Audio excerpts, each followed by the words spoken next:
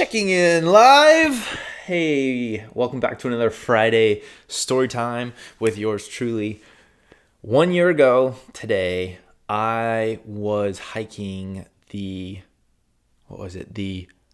Carolina Foothills Trail. I was on a men's retreat and I hiked 30 miles in 4 days. It was a backpacking trip, carrying everything that I needed for 4 days on my back. And I think there were 11 of us on my team. And basically, there were 3 teams. One team started at this end of the trail. The other team started at this end of the trail. And then these guys met up with us.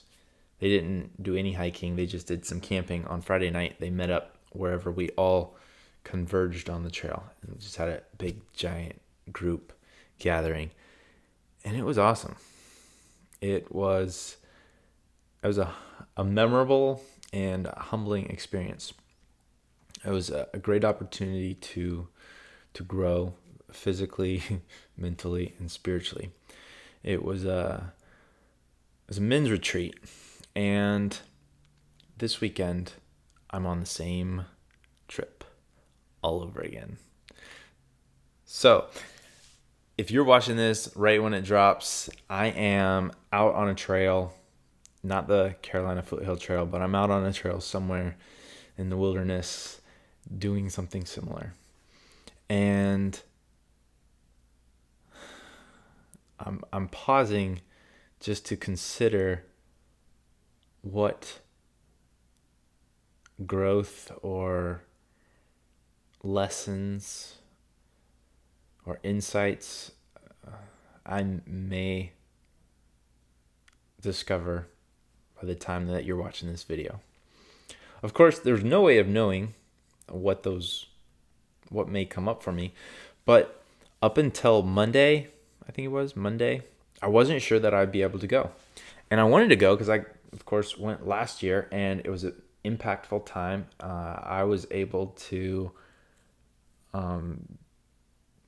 be a contribution to the members on my team, and they in turn were able to be a contribution to my growth as a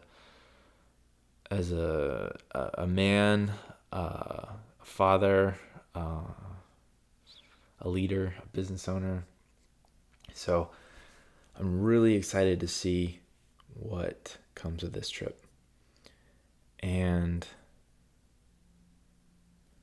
since at the time of filming, I don't know what kind of stories I'll have for this trip, let me share some from last year. So, of course, we started out on Thursday. It's Thursday, Friday, Saturday, and Sunday. It's a 4-day hike. And Thursday, when we hit the trailhead and we started hiking, there was a guy hiking in front of me, and his name, as we call him, his name is Brian Sofield. People call him Sofield, or it just got shortened to Soph. So Soph is hiking in front of me, and out of his backpack is protruding a collapsible or telescoping fishing pole. And to strike up conversation, I asked him, have you ever caught anything with that on one of these past trips? And a couple people in front of Soph was Paul. And Paul eagerly pipes up and says, no. In fact, in all of the 8 past years that we've done this, at least 2 people bring a fishing pole, and no one has ever caught anything. But you know what? Every year somebody brings a fishing pole and they give it another shot. And Soph said, yeah, I'm going to give it another shot. I mean, these Sean non-believers, I'm going to have fun fishing. And I said, oh, better yet than having fun fishing, I'm just going to go ahead and call my shots right now. You're going to catch something. In fact, I would like to enjoy some rainbow trout. So I think you're going to catch 2 trout at some point on this trip. You're going to catch 2 trout, one for me and one for you. And they're going to be delicious. And he said, oh, I like where your head's at. All right, perfect. I'm going to catch 2. And of course, I got chuckles from other team members, and I'm not sure how much Soph actually believed me, but I wholeheartedly believed it. And and in my head, I just set that he's going to catch 2 fish. It might be that he only throws his line into the river twice, but he's going to catch 2 fish. And I don't know if it's going to be today, tomorrow. I don't even know where the river is. I don't know if we're going to be going to a river or a lake or what we're going to be beside, but he obviously believes that we're going to be around water and there's going to be the opportunity to catch something. Otherwise, he wouldn't have brought a fishing pole. And maybe I should give the caveat that just like now, I have no idea where I'm going to be tomorrow night or this whole weekend. Last year I had no idea where we were going, what the terrain looked like. I was walking blindly. And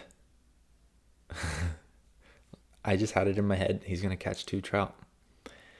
Thursday, we ended our hiking at our camp. We deemed it our camp spot, and there was this little stream trickling down behind the campsite. And I thought, oh, there's no trout in there, maybe some tadpoles. But obviously, if that's all that we're going to see, we're not going to catch anything. But I'm not worried about it because we still have 3 more days. And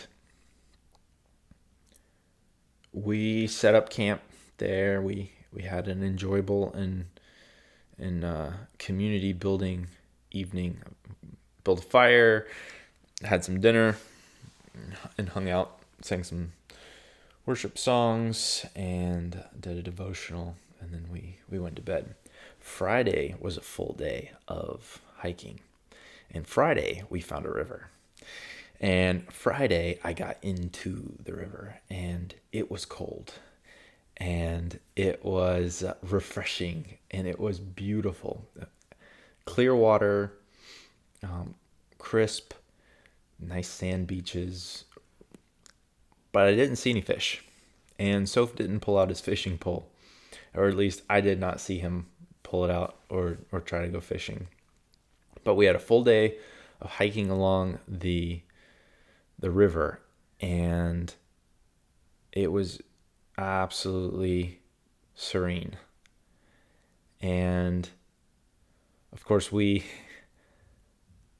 I'm having considerations. Do I stick with the fish narrative, or do I give you details about the trip? Because there were so many details to include, and I don't want to stick with I'll give you some details. So we stopped for lunch along the river's edge. This was when we just come to the river. It was our first opportunity to get in, and I totally got in on lunch break. It was cold and refreshing, but there was a guy that we met there. His name is Jason, and Jason was up from Florida, and he was by himself, and he appeared to have just camped in this spot and was packing up when we showed up on the scene around noon.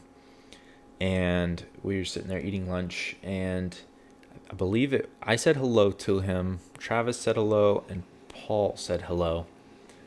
Maybe someone else. But before we knew it, we were in full-on conversation with him, and just had such a great conversation that when we started hiking again, he was like, well, can I hike with you? I said, yeah, definitely. So he ended up hiking all of the rest of the afternoon with us. And then when we stopped for camp, where both teams converged and the Kings hike came in, he stopped with us too and hung out with us all night. We had all the men gathered around the big bonfire, and they did a big barbecue cookout. It was so delicious. But I thought it was super cool that Jason decided to join our tribe that day and to join the excursion. We had some good conversation just about life and about focus and about direction and vision. And it almost seemed that he was doing some soul searching. And that's why he had driven up there. He heard there was great things to be seen and great opportunities to get outdoors and experience nature. So he just took a trip. And in a way, I think there's a parallel to life there. And I think all of us at some point in life desire some focus, some clarity, some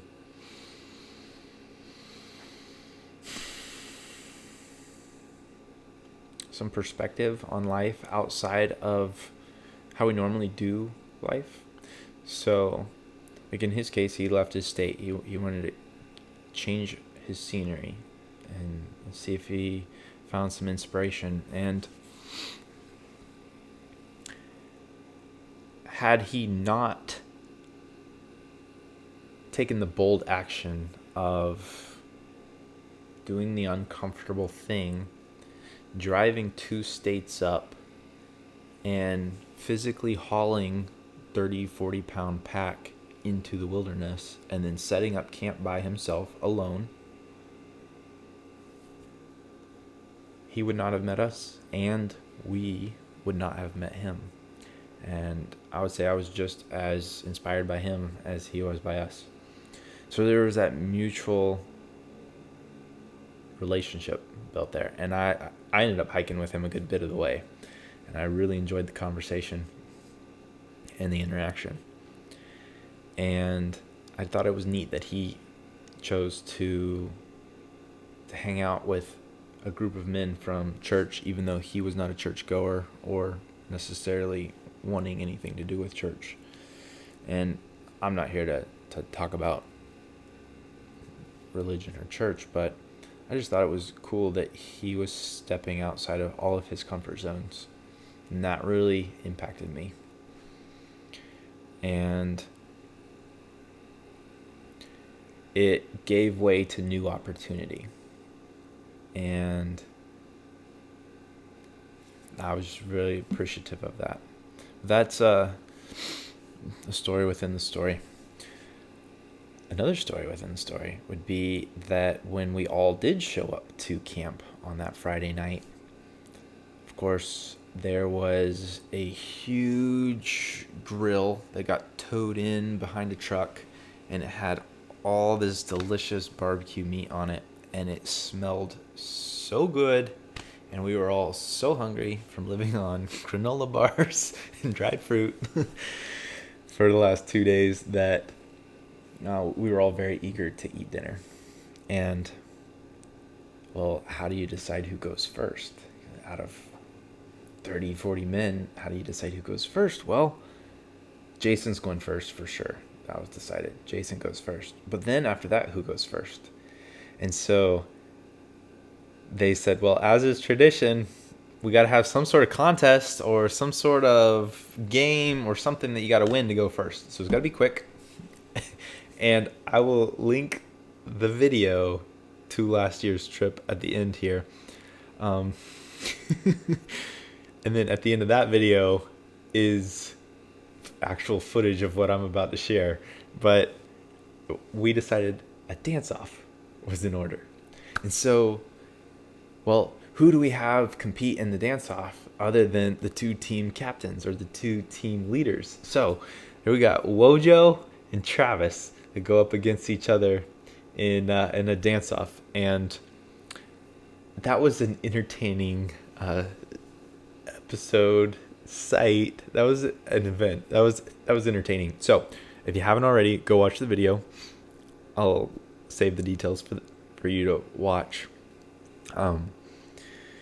But yeah, my team got to eat first. Little spoiler alert. Because Travis is an awesome dancer. And but anyways, after dinner, we had some heart to heart, some good quality life conversation, and then did some more singing around the fire. We had, I think, 2 guitar players. But what was really cool is at some point after it got dark, there was a big rustling in the bushes behind me, about 10 feet behind me or so. And of course, shoulder to shoulder with other guys, but like right back behind me, there's a rustling, and we're all like, what could that be? And all these flashlights pop out, and we're all like, what could it be? We don't see anything, and we're just kind of waiting. And it's loud enough that it's got everyone's attention. But then suddenly, one of the flashlights catches an armadillo emerge from the bush. And we're all like, an armadillo? Had no idea that those were around here. But yeah, sure enough, we saw an armadillo. Last thing I expected to see last year. And got to see one. So I saw an armadillo, and I thought that was pretty neat. But then there was a little bit of a lesson for me shortly thereafter. After we dispersed, there was the parting message was, hey, you got to be up at 6 a.m. tomorrow. We got to have everything packed up. We got to be at breakfast at, I think it was 6:30, 6:45, something like that. Maybe 6:45. Because they wanted to have a lesson and then eat breakfast at 7 and then be on the trail before 8. And I've for so long said that I'm not a morning person, even though I've definitely, for at least an 18-month time span, I did get up at 5:23 every day. So I know it's totally possible, and that's another story for another day. But for whatever reason, when they said I have to be up at 6 a.m., I pushed back and I resisted. And I was like, I don't want to be up at 6 in the morning. Why? Who's going to tell me that I have to be up at 6 in the morning? I'm not stubborn at all. And my tent mate, Travis, goes, well, we got to be up at 6 in the morning, got to get ready, get dressed. We got to pack up the tent. And I go, yeah, but 6? Who are they to tell me that I have to be up at 6? Maybe it's going to take me like 15 minutes to get ready. And I appreciate Travis so much because he goes, then don't get up at 6, man. Just get up when you need to get up and stop bitching about it. Now, he didn't say bitching about it, but I appreciate that he just, then don't get up at 6. You're a grown-ass man. And he totally caught me off guard with that one. And it stopped me dead in my tracks. And I was like, you know what?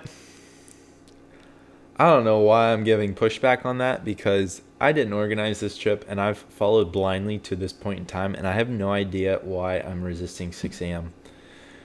But I'm going to get up at 6 a.m. because someone else planned this out, and it's probably going to go best for me to follow along with that, because I could sleep in or I could get up later and I might miss something important, and I don't want to hold everyone up. So I know they're not going to leave without me, and I don't want to set things behind. So I'm going to get up at 6. But as I laid there and fell asleep, I thought, where else in life do I give pushback? Where else in life do I resist the things that are really set up for my best interest? And in this case, someone else had taken the time to prepare and do all the thinking for me and just gave me a wake-up time. And all I had to do is wake up at that time. And I pushed back, and I digress to say that I think that was a turning point for me, to realize that I don't always know where, and even now I don't always know where, but I think I've spent too much energy pushing back and being stubborn, and that has cost me probably more than I'll know. So that was a turning point for me, and I fell asleep pondering that, and I woke up pondering it. And as I got up at 6 o'clock in the morning and I'm putting everything away, I'm like, I am doing this because it's going to go best for me. And it's happening for me. It's not happening to me. I have a choice, and I am choosing this because I believe it's the next step in taking me where I want to go. And ultimately, I don't want to miss out on any more of the hike because I'm having a blast. So, got everything packed up, and before we took off to breakfast, I was in the best of spirits.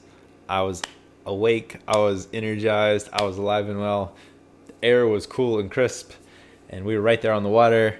It had definitely been the coolest or coldest morning yet. And I ran over to breakfast with such excitement and pizzazz. Like, I was actually filming it, and you'll see if you go watch the video. Travis and I are running from our campsite to breakfast. I'm like, and I won't spoil anymore, but we were in a great mood at 6:30 in the morning. And that mood and elevated emotion carried on throughout the day. And Saturday was definitely the longest day, hiking wise, everything, like up earliest, up the latest. But Saturday was also a day of impact. And we had, right after we got started out on the trail at 8 o'clock, it was like 8:10, 8:15. We're not even 15 minutes down the trail. And we stopped. We had a group discussion. And then we did a silent hike. And a silent hike is where you can see it in the time lapse in the video, where we space each other out so that by the time I start hiking, I cannot see the guy in front of me. And then by the time the guy behind me starts hiking, we can't see each other. So we hike about a mile like that.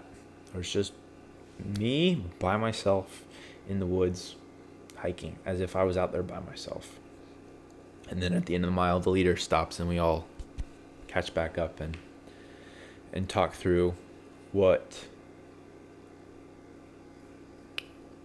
our thought process it was. And of course, they gave us a verse and an intentional question to ponder, think about. I don't remember what the question was, but or what the discussion was on either side. I just remember Saturday being an impactful hike and full of excitement. And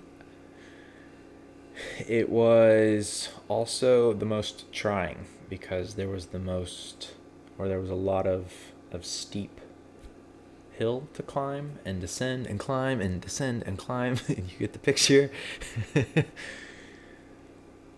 But there was, we weren't doing the silent hike for this portion, but there was one stretch of uphill climbing that really beat one of the guys on the trail. And it really broke him down. And it was an awesome experience to be there to support someone else. And I'm not meaning like physically hoist him up and carry him up the mountain, support him, like talk through it. Talk through like, all right, this hill is difficult. This hill is beating you up. This hill is taking it out of you. Where else in life do you experience that? And how do you work through it? And I don't know why, but I've got goosebumps right now, and I'm holding back tears just thinking back to it.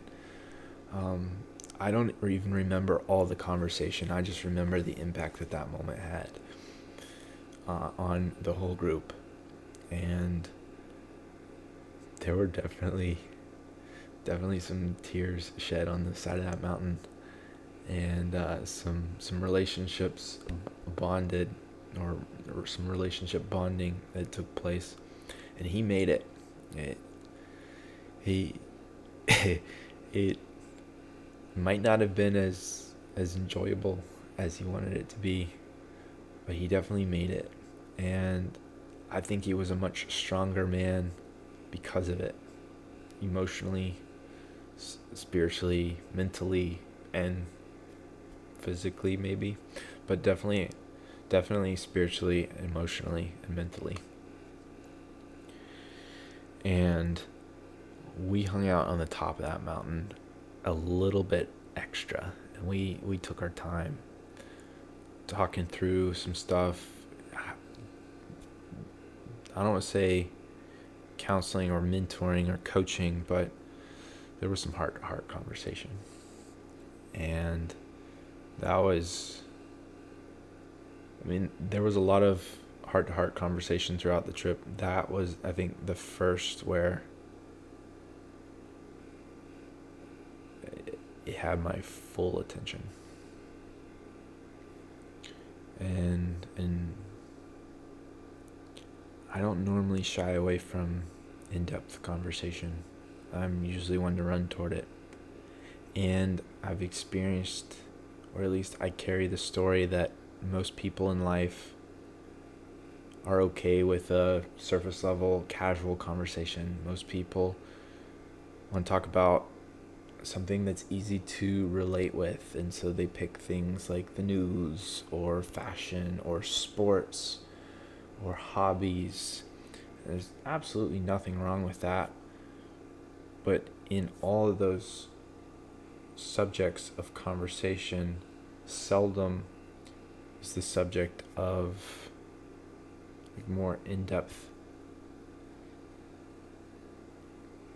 discussion discovered or pursued.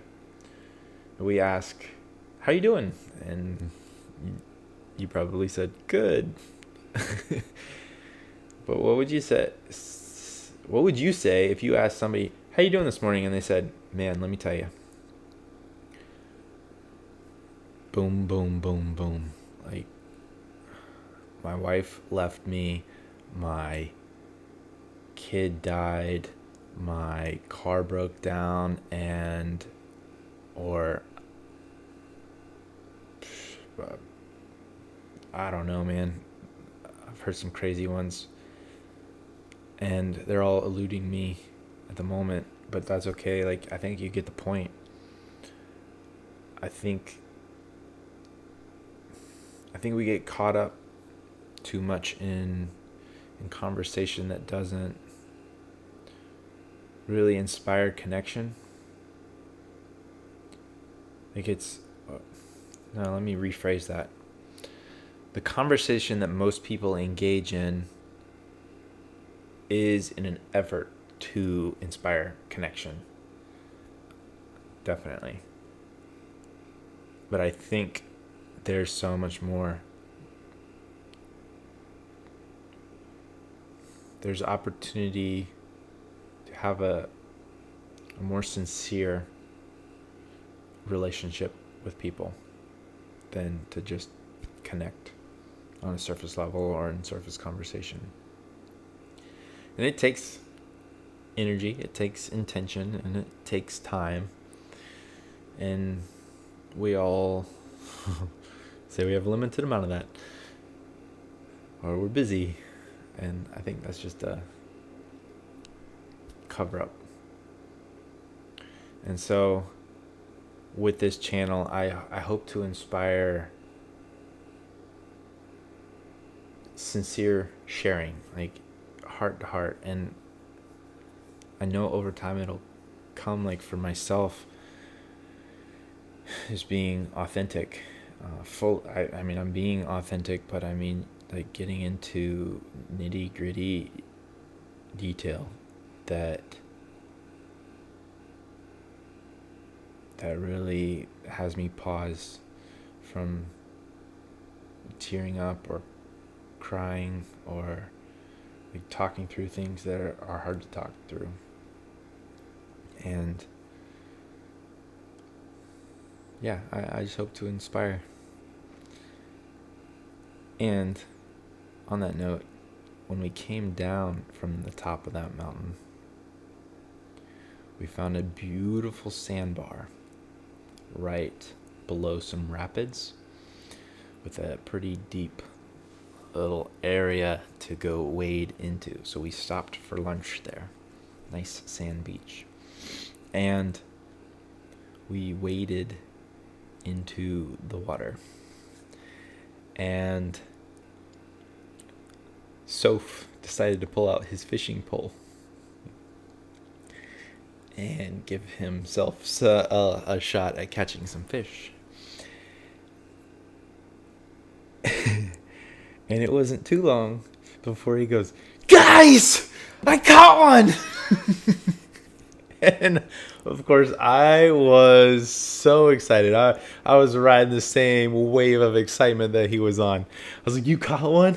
And so I'm rushing over there, and I'm so excited that somebody finally caught a fish. And this was after I said that he would catch a fish.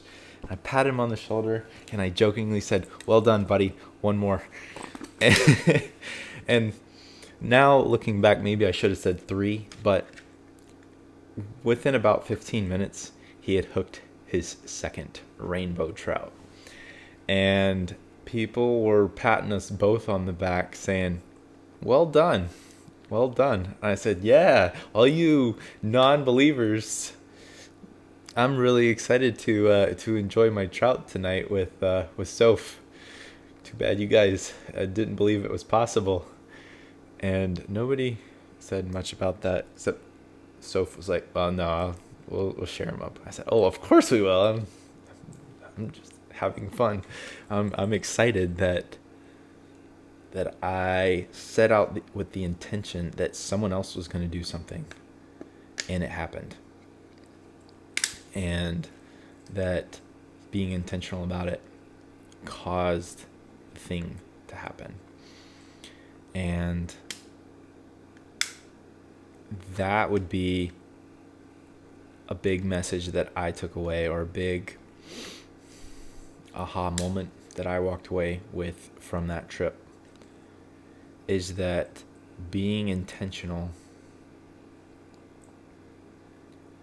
and also calling my shots, saying how I want things to go, and then not just saying it, but fully believing it, like taking it on, like this is actually going to happen.